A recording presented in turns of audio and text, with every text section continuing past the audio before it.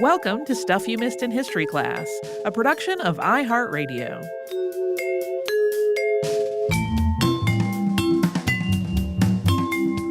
Hello and happy Friday. I'm Tracy V. Wilson. And I'm Holly Fry. Talked about Joseph Grimaldi, sometimes called the first modern clown this week. We sure did. This episode came about, I alluded, I think in our previous episode, I recently had COVID and it derailed. I'd had to take sick time and each of us had other already previously planned time off, and then also some unexpected stuff happened. There's just a lot going on. And so I was in one of those places where I was like, I've got to find something that is doable in the amount of time that I have to write an episode. Yeah. And often something that is doable is when somebody has an autobiography or a memoir or something similar that is in the public domain that can be a big part of the research, and like we can reference their own words directly and that kind of thing. Like that is one of the tools when we have to fill a gap in this way sometimes. And so I had been like, all right, I'm gonna do something like that. And then I used almost none of Grimaldi's memoirs because even though they are in the public domain, they do not read like a memoir at all. They read like a Dickens novel, as we talked about. And so there's just like only, I think, one or maybe two quotes from it in the entire episode. So it's, while the episode did get written in the amount of time involved, it did not have as much reliance on that memoir as I had thought it was going to. Also, something that I did not put into the episode. Charles Dickens, as we said, had seen some of Grimaldi's performances when he was a kid, seemed to really like the pantomime, seems to have maybe not been as much of a fan of Grimaldi later on when he was actually working with this memoir and writing sketches from Boz and stuff like that. He also has a couple of creepy clown appearances in some of his other writing, including one that some people think is a specific reference to Grimaldi's son, J.S. It can't have been a reference to Grimaldi because this book was written like before Grimaldi's death, I think. So people think it was probably about J.S. And it's in the Pickwick Papers. Oh, yeah. So I'm going to read this little passage from the Pickwick Papers. About this time, and when he had been existing for upwards of a year, no one knew how, I had a short engagement at one of the theaters on the Surrey side of the water, and here I saw this man, whom I had lost sight of for some time, for I had been traveling in the provinces, and he had been skulking in the lanes and alleys of London. I was dressed to leave the house and was crossing the stage on my way out, when he tapped me on the shoulder. Never shall I forget the repulsive sight that met my eye when I turned round. He was dressed for the pantomimes in all the absurdity of a clown's costume, the spectral figures in the dance of death, the most frightful shapes that the ablest painter ever portrayed on canvas, never presented an appearance half so ghastly. His bloated body and shrunken legs, their deformity enhanced 100-fold by the fantastic dress, the glassy eyes contrasting fearfully with the thick white paint with which the face was besmeared, and the grotesquely ornamented head trembling with paralysis, and the long skinny hands rubbed with white chalk, all gave him a hideous and unnatural appearance of which no description could convey an adequate idea, and which to this day I shudder to think of. His voice was hollow and tremulous as he took me aside and in broken words recounted a long catalogue of sickness and privations, terminating as usual with an urgent request for the loan of a trifling sum of money. I put a few shillings in his hand, and as I turned away, I heard the roar of laughter which followed his first tumble on the stage. So that maybe could be Grimaldi, maybe could be J.S. Most things that I saw were like, it's probably about J.S. because it seems, I think if I'm remembering correctly, it was written not long after J.S. Died, a very young age. I love that clowns have always been a delight to some and terrifying to others. Yeah. Yeah. And I don't think that the Dickens edition of his memoirs was necessarily like the first time ever that there was this dichotomy of like the sad clown and the clown with the tragic backstory and like the person who's outwardly funny and inwardly depressed and grief-stricken all the time. But he sure did, like, cement it with that book. Well, and now right now they're recognized like 4 different types of clowns, like the white face, the Augusta tramp, and the character, and Yeah. this is kind of the modern genesis of that. Yeah, I had thought about putting in more about sort of the history of clowning, and that development of, like, the white-faced Auguste tramp and character that you just mentioned, like, and part of it was that it just felt like there are so many things in so many cultures around the world that can fit into the big umbrella of clowning, Yes, for sure. that part just seemed like it was getting too big. Um, but then also, I found the specifics of the, like, progression of, clowning, sort of being at least, here, maybe in Europe, to, like, include these 4 types. I found a lot of, like, the sourcing on that really vague, and I was like, okay, I don't wanna put this in here when I think it might be a little more nebulous than Yeah. some of these sources make it sound like. Have I ever told you the story of when my clown association terrified my husband? No. So, as some folks know, Brian and I got married very quickly. So, like, Mhm. there were a lot of times where we were many years into our marriage and discovered something completely new about one another. And at one point, we were at a party at our mutual friend Lily's house. And one of the things she had out was a dish of like those long, thin balloons you use to make balloon animals. Okay. And I blew one up and I made a poodle. Okay. And Brian said, "Where'd you learn to do that?" And I said, "The clowns taught me." And like, he said, "The clowns taught you?" And Mhm. that was when I had to explain, like, if you grow up in certain parts of Florida Yeah. and you are in, theater-y circles, you just know clowns because there's the Uh-huh. big clown school there, and they kind of spread out. Sure, And sure. so, of course, I knew clowns growing up, but it never occurred to me that other people didn't know clowns growing Yeah. up. So I was like, the clowns taught me. I think we've talked before about how when I was a kid, I was in a summer musical theater program. Uh-huh. And one year, the show that we did was Barnum, which is a musical about the life of P.T. Barnum that's not the same as the movie that's not that old. Right. And so all of, like, what would be the chorus, we were all clowns.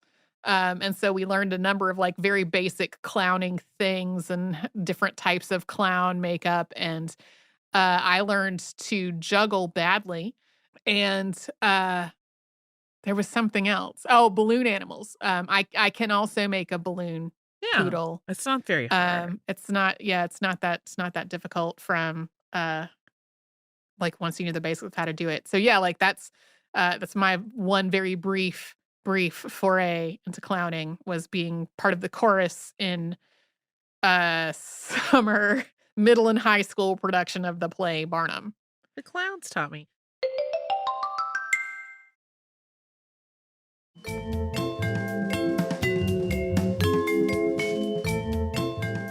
You had asked me before we started this, was he on your list?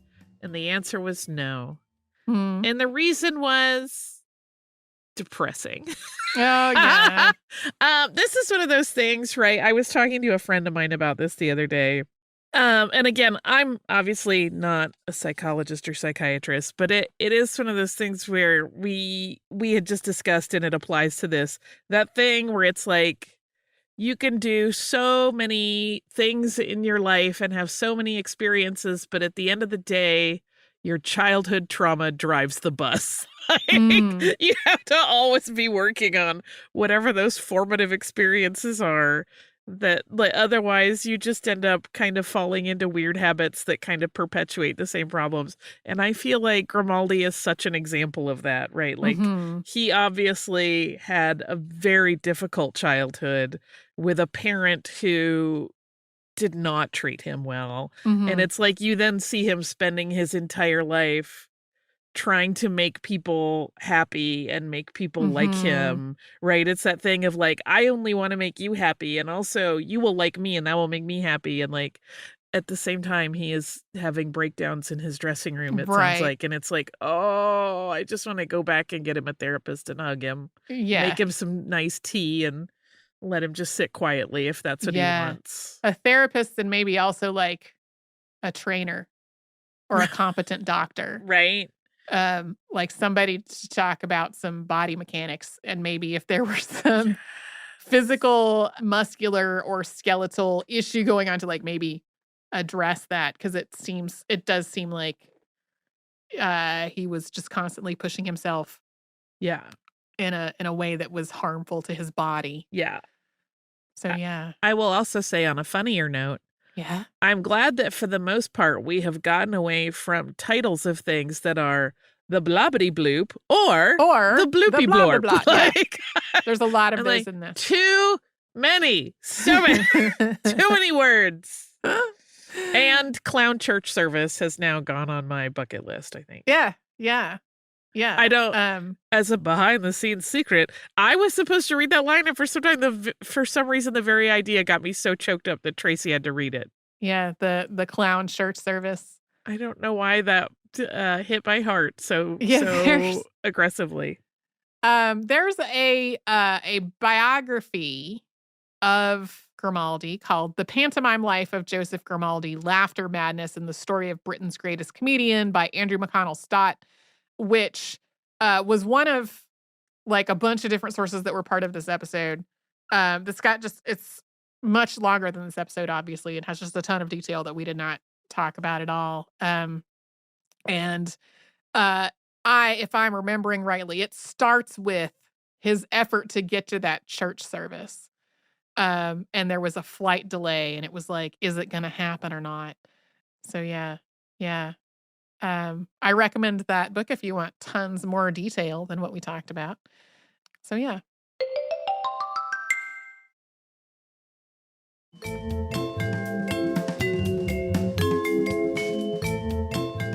We talked about apples this week, Tracy. We sure did. I love apples. I do too. I don't bake with them as often as one might think, but I sure do like to eat them. I just love a little chopped apple in just about anything. One of the things I wanted to call out and mention, we mentioned at the end of that episode that there has been, at various times there have been efforts for people to try to get the Ontario government or even the bigger Canadian government to like do something to really recognize the Macintosh and its importance, because, it obviously not only is a delicious thing that many people like, but it has been a big part of the economy of Ontario and really around the world for a lot of growers at this point. That hasn't happened, but Sandra Bexted, who we mentioned in the course of the thing, she is the woman who owns the orchard where the last of the first generation trees recently died. She has her own little mission where she, they have a store at their orchard like many orchards do, and she includes a lot of historical information. She invites school groups to come and she talks about it. They talk about the Macintosh and its heritage, but also like other apples that came from it and how that all relates to local history. I just think that's cool. I want to give her a shout out for being like a grassroots educator.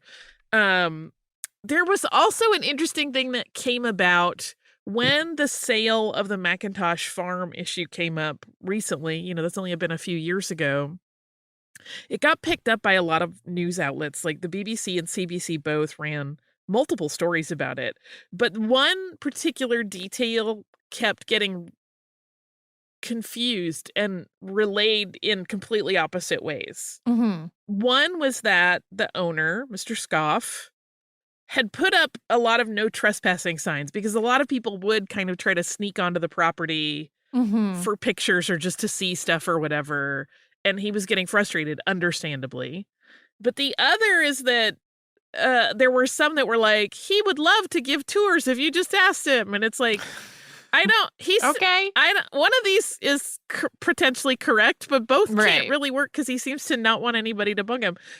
So I don't know what the scoop is there. If you, dear listeners, are looking up anything about it, and you're like, wait, we don't know either. It's very unclear. I will once again, as I often do in our behind the scenes, will confess my own ignorance in a thing that I didn't know for a really long time, Okay. that it's often better to use, apples that are not sweet in your baking. Yeah. I Yeah. was well into my adulthood by the time I learned that, because I kept being like, why is this mushy? And it's because the sugars make them break down and get mushier. It's kind of like how we said the Macintosh breaks down more quickly, so you don't have to bake it as long. Right. But that's also why it is or it's related to the fact that it is sweet when you eat it raw versus the Bramley, which is tart and retains its shape better.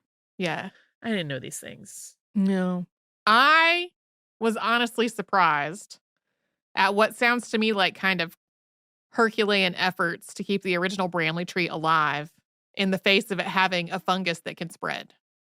And this is partly, like, I have no idea what steps they may be taking to try to keep this fungus from spreading to other trees or plant life nearby. And I don't think I've told this story on the show before. When we bought the house that we live in, there were several rose bushes planted. Oh, yeah, you had witch's broom. Yeah. I went out one day to deadhead the roses, and I was like, this plant looks weird. And I was like, obviously this is diseased, so I'm going to do what I know is like what a step to take and like cut away all the diseased part.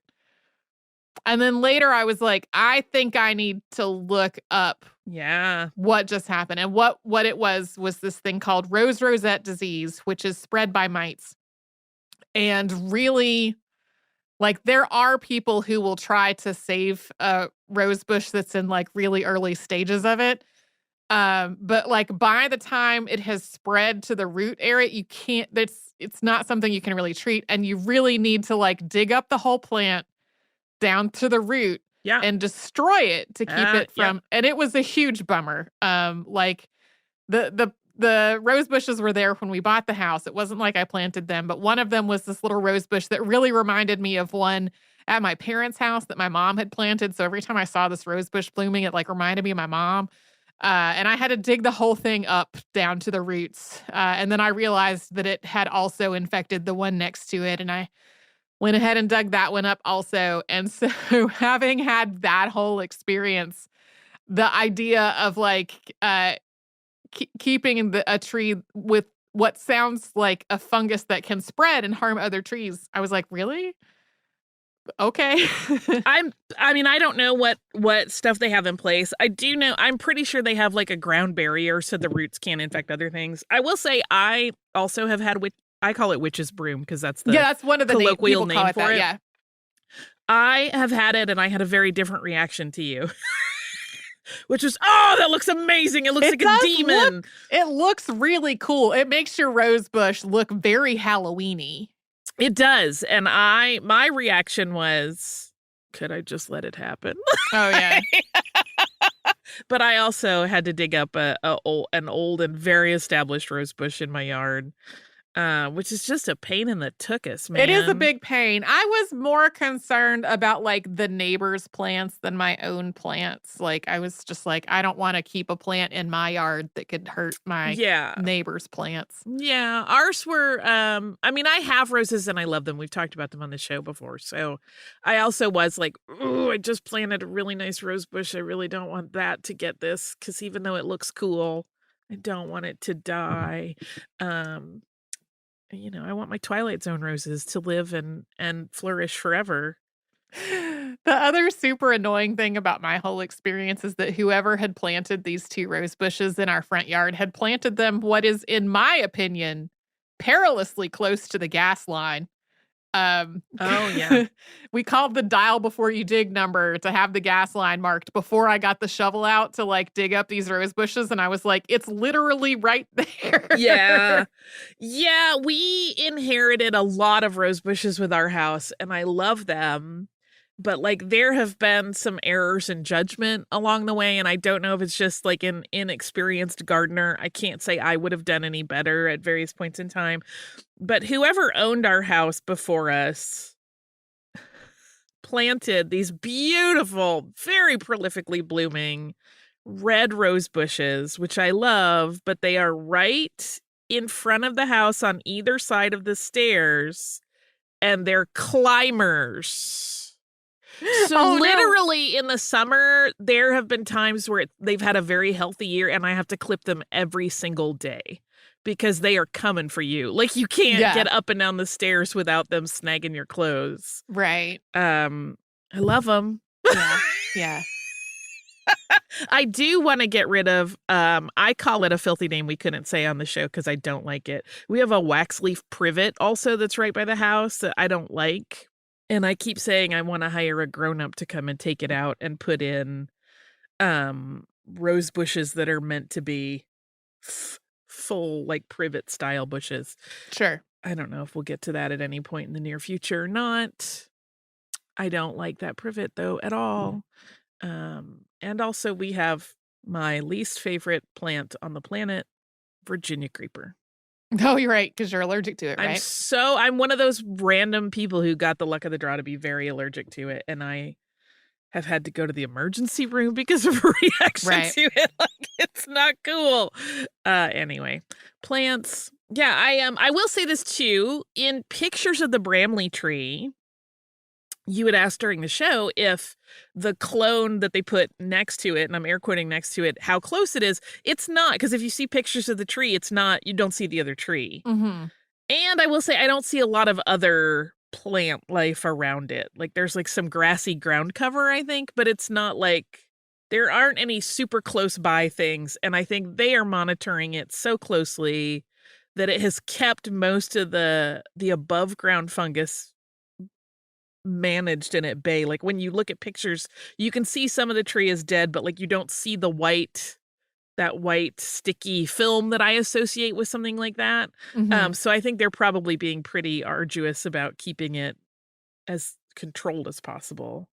And we'll see how long the Bramley tree lasts. But as of right now, you could go visit it. They let people visit. Nice. That might go on my bucket list for my next trip to England. I know that this weekend, for what I have of it, which is not much because I'm doing some traveling and prep, I need to take care of my yard and do some mowing. So this is all a very timely discussion. If you have a weekend ahead of you, I hope whatever you do, it's delightful. I personally like mowing, so that doesn't sound bad to me at all.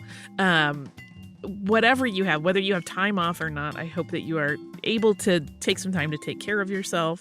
Not only take care of other people, although that is also a good and noble thing to do, but you also need to be recharged. And we will be right back here tomorrow with a classic, and then on Monday with a brand new episode.